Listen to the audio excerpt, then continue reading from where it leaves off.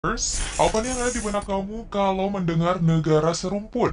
Yes, Indonesia dan Malaysia. Kedua negara ini sama-sama terletak di Asia Tenggara dan kerap melakukan hubungan kerjasama, bahkan saling bantu jika menghadapi kesulitan.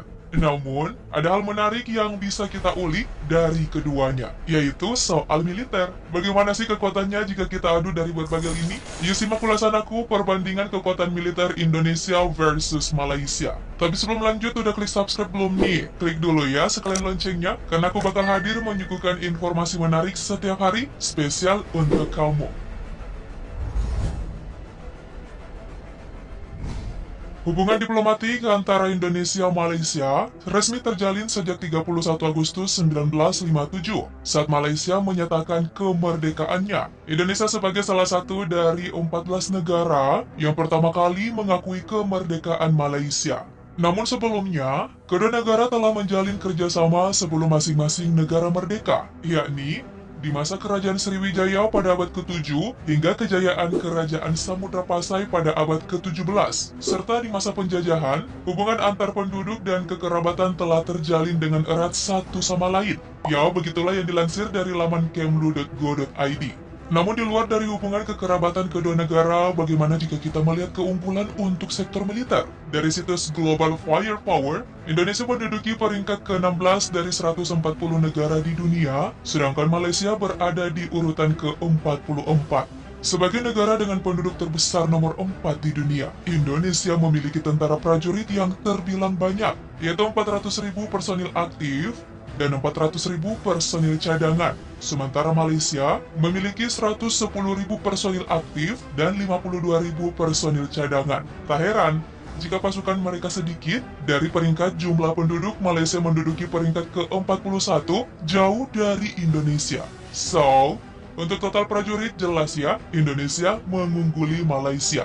Nah, selanjutnya kita ke sektor udara. Pesawat tempur Indonesia memiliki 41 unit, Malaysia 26 unit. Pesawat serangan khusus Indonesia 38 unit, Malaysia memiliki 13 unit. Pesawat pengangkut Indonesia 64 unit, Malaysia 18 unit. Untuk pesawat latih, Indonesia memiliki 109 unit, sedangkan Malaysia 40 unit. Pesawat misi khusus, Indonesia memiliki 17 unit, sedangkan Malaysia hanya 4 unit. Helikopter militer Indonesia memiliki 188 unit, sedangkan Malaysia 42 unit. Terakhir, helikopter serang, Indonesia memiliki 15 unit, dan Malaysia tidak memiliki 1 unit pun. Untuk sektor udara, tanpa dijumlahkan pun bisa terlihat ya, Indonesia punya banyak armada dibanding Malaysia. Kekuatan udara Indonesia menempati posisi ke-28, sedangkan Malaysia ke-61. Dan ya, kembali sektor udara, Indonesia mengungguli Malaysia. Next, kita ke kekuatan darat. Tank Indonesia memiliki 332 unit, sedangkan Malaysia hanya 48 unit. Kendaraan lapis baja Indonesia 1430 unit, Malaysia 1380 unit. Artileri gerak Indonesia 153 unit, sedangkan Malaysia tidak memiliki 1 unit pun. Lalu untuk artileri derek, Indonesia sudah memiliki 366 unit, sedangkan Malaysia 196 unit. Proyektor roket Indonesia 63 unit, Malaysia 54 unit. Nah, jika dijumlahkan, armada darat Indonesia sebanyak 2.344 unit, sedangkan Malaysia 1.678 unit. Dan lagi-lagi Indonesia unggul dari Malaysia. Next, kita ke sektor laut. Untuk kapal induk, Indonesia dan Malaysia sama-sama tidak memiliki 1 unit pun. Begitupun kapal perusak, sama-sama tidak memiliki 1 unit pun. Untuk frigates, Indonesia memiliki 7 unit, sedangkan Malaysia 10 unit.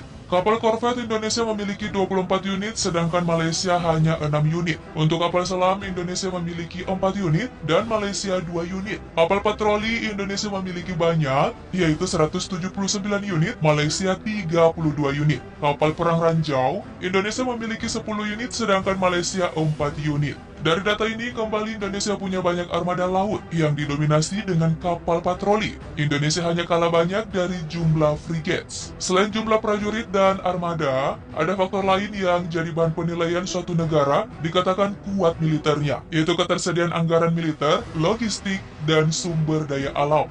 Mari kita lihat dari anggaran militer terlebih dulu. Indonesia memiliki 9,2 miliar dolar, sedangkan Malaysia 3,8 miliar dolar. Untuk besaran anggaran militer, Indonesia menduduki peringkat ke-31, sedangkan Malaysia ke-57. Oke, lanjut untuk hutang luar negeri. Indonesia memiliki 344,4 miliar dolar, sedangkan Malaysia 217,2 miliar dolar. Lanjut untuk cadangan emas dan devisa. Indonesia memiliki 130,2 miliar dolar, sedangkan Malaysia 102,4 miliar dolar. Keseimbangan kemampuan belanja, Indonesia memiliki 3,4 triliun dolar, sedangkan Malaysia 977,5 miliar dolar. Berikutnya kita lihat sektor logistik. Indonesia memiliki 129,366 juta jiwa angkatan kerja, sedangkan Malaysia 15,139 juta jiwa angkatan kerja. Indonesia memiliki 9.879 unit kapal sipil, sedangkan Malaysia 1.748 unit. Selain itu, Indonesia memiliki 16 pelabuhan dan terminal utama, sedangkan Malaysia 9 pelabuhan dan terminal utama. Selanjutnya, Indonesia memiliki sepanjang 437,759 km cakupan jalan raya, sedangkan Malaysia sepanjang 98,721 km. Indonesia juga memiliki sepanjang 5.042 km rel kereta api, sedangkan Malaysia 1.849 km. Indonesia juga memiliki 673 bandara, sedangkan Malaysia 114 bandara.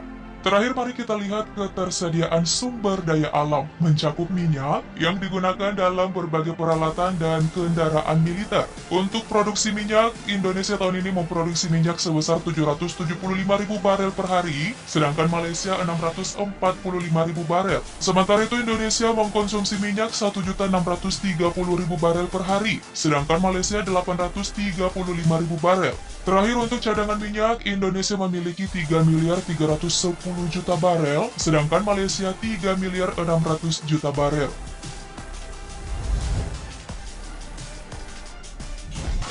Itulah perbandingan kekuatan militer Indonesia versus Malaysia. Hubungan kedua negara ini kerap kali mengalami pasang surut. Potensi kerjasama maupun potensi konflik antar dua negara terbilang besar.